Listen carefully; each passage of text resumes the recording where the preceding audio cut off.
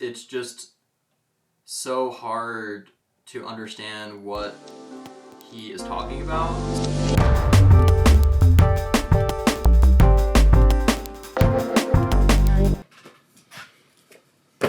Yo, what's up? We're talking about Jaron Lanier's You Are Not a Gadget. I discovered Jaron Lanier through a friend of mine who shared this talk. In that talk, he discusses who is included in the circle of empathy. People in these companies like Google, Facebook, Microsoft, they consider technology to be a part of the human project or life and existence. Another philosopher that gets name dropped a lot in this kind of conversation is Luciano. He's an Oxford professor and he popularized the idea that humans live in an information society and our data is a part of us that extends beyond us and is its own entity. Floridi makes an argument that the integrity and dignity and existence of the data should be on equal level to everything else, which is interesting and it opens what we can entertain as people. I also think it's problematic because it reduces what a human is. Lanier makes the argument that we should not include data and information systems within the circle of empathy. What in this book gets discussed as cybernetic totalism, this idea that technology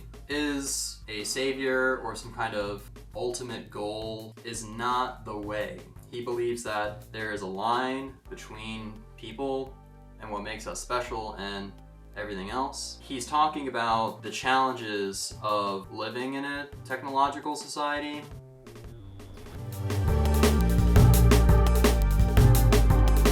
The structure of this book, I think, it's a good way to understand the anatomy of a book, to break it down.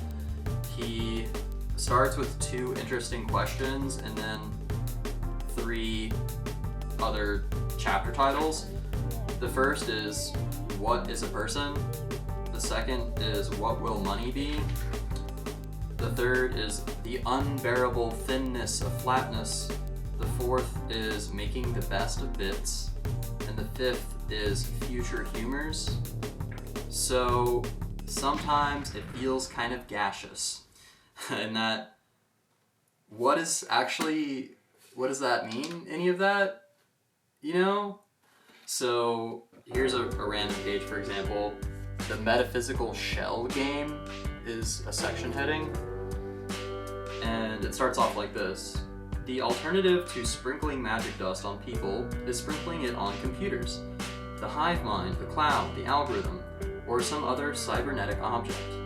The right question is to ask, which choice is crazier?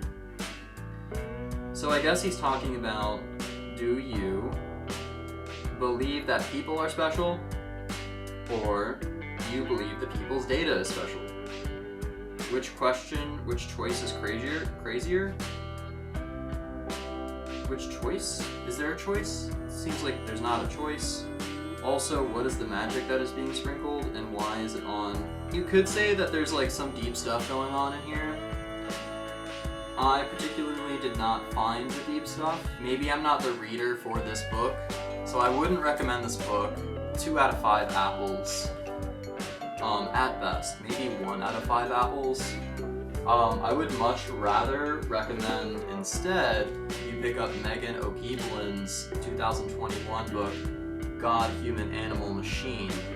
This is, I would say, a much better, more organized, thoughtful, and digestible narrative around some of the same issues when we are talking about spirituality and technology and people and what the lines are between those things, if there are any. The next book that I will be talking about is going to be God, Human, Animal, Machine.